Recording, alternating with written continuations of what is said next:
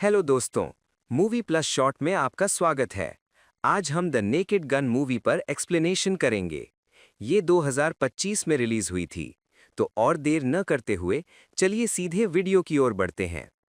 Film की शुरुआत सिग नाम के एक आदमी से होती है जो अपनी गैंग के साथ बैंक में डकैती कर रहा था। वो बैंक के एक लॉकर से प्लॉट नाम का एक डिवाइस चुरा लेता है। हालांकि सबको लगा था कि ये पैसों के लिए की गई एक साधारण बैंक डकैती थी। शहर की सारी पुलिस बैंक के बाहर आकर उस डकैती को रोकने की कोशिश करती है। तभी 8 साल की एक बच्ची हाथ में कैंडी लिए उछलते कूदते अचानक बैंक के अंदर चली जाती है। असल में वो LAPD के स्पेशल डिवीजन का लेफ्टिनेंट फ्रैंक जूनियर था, जो न जाने कैसे उस छोटी बच्ची का भेष धरकर वहां आया था। अब वो बच्ची इतनी बड़ी कैसे हुई, ये या तो ऊपर वाला जानता है या डायरेक्टर। खैर, फ्रैंक उस गैंग से लड़ते समय उनकी गन हाथों से ही तोड़ देता है।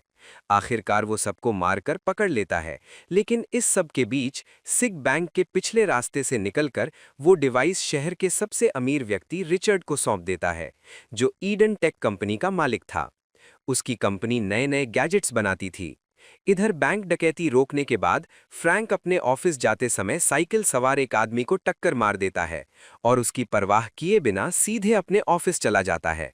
वहां पुलिस चीफ डेविस फ्रैंक को कानून की अनदेखी और पब्लिक प्रॉपर्टी को नुकसान पहुंचाने के जुर्म में बैंक डकैती के केस से हटाकर सिर्फ रोड एक्सीडेंट के केसों की जांच करने का काम दे देते हैं। इसके बाद फ्रैंक ऑफिस में रखी अपने पिता फ्रैंक सीनियर की तस्वीर के सामने बैठकर आशीर्वाद के रूप में एक उल्लू भेजने की प्रार्थना करता है। इसी तरह दूसरे स्टाफ भी अपने अपने पिता की तस्वीरों से आशीर्वाद मांगते हैं। चीफ डेविस फ्रैंक को उसके पहले रोड एक्सीडेंट केस की जांच के लिए कैप्टन एड के साथ घटनास्थल पर भेजते हैं। उस एक्सीडेंट में साइमन नाम का एक सॉफ्टवेयर इंजीनियर मारा गया था। जांच में पता चलता है कि जिस कार का एक्सीडेंट हुआ वो ईडन टेक कंपनी की एक इलेक्ट्रिक कार थी। तभी फ्रैंक की नज़र उस कार में पड़ी एक माचिस मैच बॉक्स पर पड़ती है, जिस पर चांदी के रंग का बाग बना हुआ था। फ्रैंक इसे एक आत्महत्या का केस मान लेता है। फ्रैंक जब ऑफिस पहुंचता है तो बैंक डकैती का केस देख रहे बॉस उसे बताते हैं कि पकड़े गए डकैतों को पता ही नहीं कि उनका असली बॉस कौन है। उनके बॉस ने ही कहा था कि सारा लूटा हुआ पैसा वे अपने पास ही रख लें। फ्रैंक तब समझ जाता है कि इसका मतलब डकैतों ने पुलिस को गुमराह करके बैंक से कुछ और चुराया है। ठीक उसी समय साइमन की बहन बेथ फ्रैंक से मिलने ऑफिस आती है। असल में वो एक क्राइम नॉवेलिस्ट थी। उसकी खूबसूरती देखकर फ्रैंक हैरान रह जाता है। बेथ उसे कुछ दलीलें देती है कि उसके भाई ने आत्महत्या नहीं की, बल्कि उसका खून हुआ है। वो ये भी बताती है कि उसका भाई रिचर्ड की ईडन टेक कंपनी में एक सीनियर सॉफ्टवेयर इंजीनियर था। फ्रैंक उसे सलाह देता है कि सबसे पहले रिचर्ड से पूछताछ की जाए। बेथ को जाते देखकर वहां मौजूद हर पुलिस ऑफिसर के मन में कामुक विचार आने लगते हैं, जिसे देखकर फ्रैंक को उन्हें चेतावनी देनी पड़ती है। फ्रैंक सबसे पहले रिचर्ड से मिलने उसके टेक एक्सपो में जाता है। फ्रैंक को वहां देखकर रिचर्ड खुद उसे अलग ले जाकर उसकी बहादुरी की तारीफ करने लगता है। साइमन की कार में मिली वो माचिस रिचर्ड के पास देखकर फ्रैंक उसके बारे में पूछता है, तो रिचर्ड बताता है कि ये उसके प्राइवेट नाइट क्लब की माचिस है, जो उनके मेंबर्स को कॉम्प्लीमेंट्री दी जाती है। अगली सुबह रिचर्ड फ्रैंक को तोहफे में अपनी कंपनी की एक इलेक्ट्रिक कार भेज देता है। वो कार फ्रैंक की वॉइस कमांड पर सेट हो जाती है, लेकिन उसका टेस्ट ड्राइव करते समय फ्रैंक वहां बिछी पावर केबल उखाड़ देता है, जिसकी वजह से जेल की दीवार टूट जाती है और सारे कैदी वहां से भाग जाते हैं। एड उन्हें रोकने की गुजारिश करता है, लेकिन फ्रैंक हैरान होकर सोचता है कि लोग हमेशा इतनी जल्दी में क्यों रहते हैं। इसके बाद फ्रैंक एक बैंक डकैत से पूछताछ करने आता है, लेकिन वो मानने को तैयार ही नहीं होता कि डकैती के वक्त वो वहां था। फ्रैंक तब सबके सामने अपने बॉडी कैम का वीडियो चला देता है। उस वीडियो के एक हिस्से में एक आदमी के हाथ में गन देखकर फ्रैंक की डर के मारे पैंट में पॉटी निकल गई थी। खैर, बैंक डकैती का वीडियो सामने आते ही पता चलता है कि डकैत बैंक से एक सेफ्टी डिपॉजिट बॉक्स चुराना चाहता था। उस सेफ्टी बॉक्स के मालिक का नाम सामने आते ही फ्रैंक चौंक जाता है, क्योंकि वो लॉकर साइमन का था, जो कार एक्सीडेंट में मारा गया है। दूसरी ओर रिचर्ड अपने करोड़पति साथियों के साथ एक मीटिंग करके अपना प्लान बताता है। वो कहता है कि इस दुनिया को बचाने के लिए इंसानों की आबादी कम करनी होगी। उसका बनाया हुआ प्लॉट डिवाइस इसमें मदद करेगा।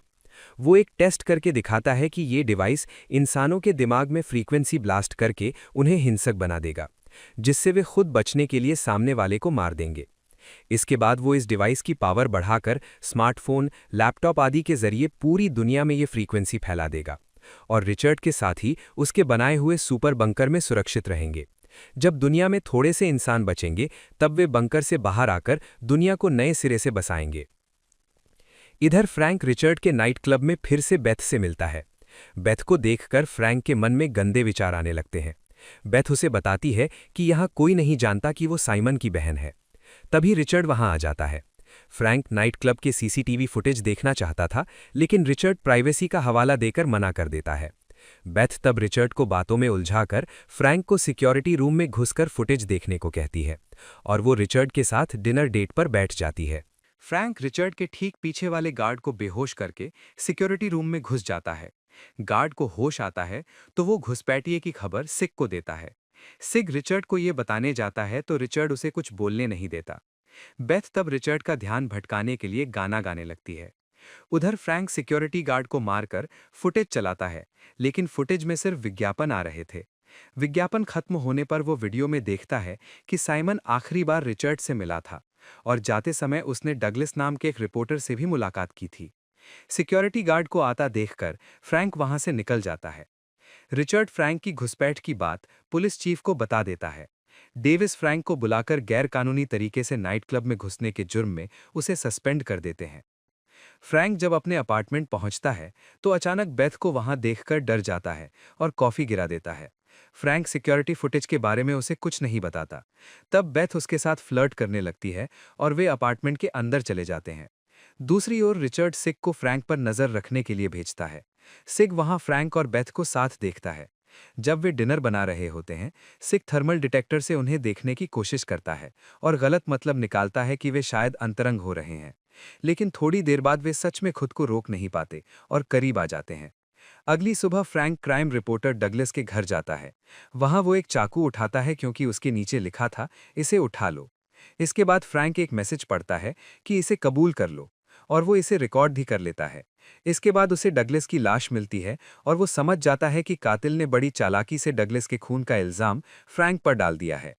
पुलिस फ्रैंक को लाश के साथ देख लेती है, लेकिन फ्रैंक खिड़की से कूदकर कार में भाग निकलता है।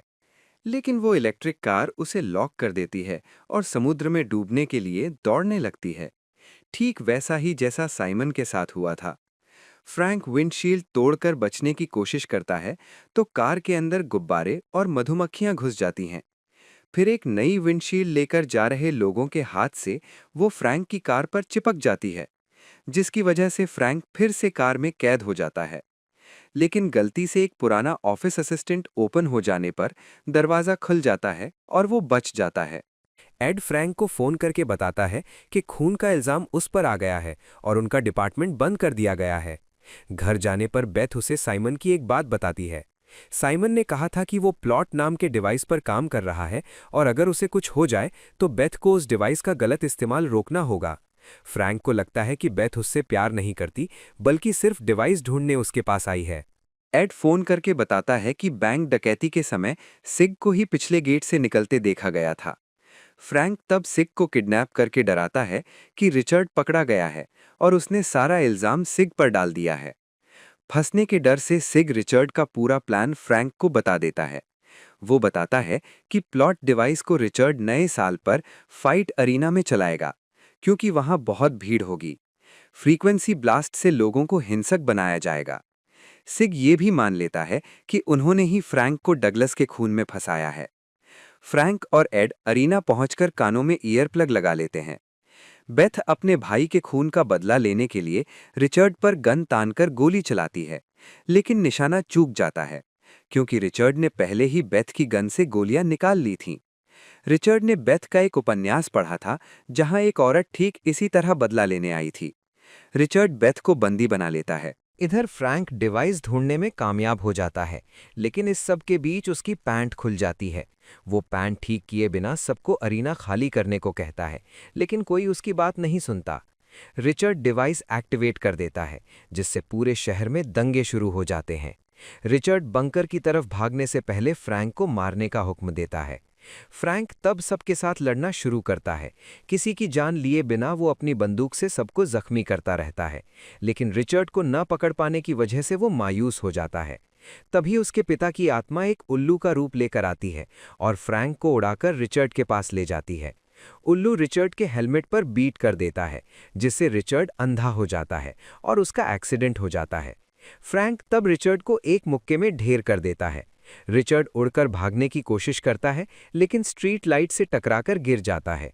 बेथ वहां आकर रिचर्ड को गोली मारने लगती है, तो फ्रैंक उसे शांत करता है। बेथ डिवाइस बंद कर देती है, जिससे सब शांत हो जाते हैं और चारों ओर प्यार का माहौल बन जाता है। फ्रैंक की बहादुरी की वजह से उसके डिपार्टमेंट से पाबंदी हटा ली जाती है।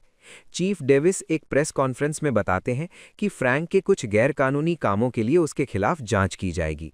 ठीक उसी समय फ्रैंक अपने दोस्त और बेथ के साथ एक एडल्ट समर कैंप में एंजॉय कर रहा था। और यही मूवी खत्म होती है। वीडियो पसंद आया हो तो लाइक कर देना, चैनल पर नए हो तो सब्सक्राइब कर लेना। तो मैं आपसे अगले वीडियो में मिलूंगा, तब तक के लिए ख्याल रखना।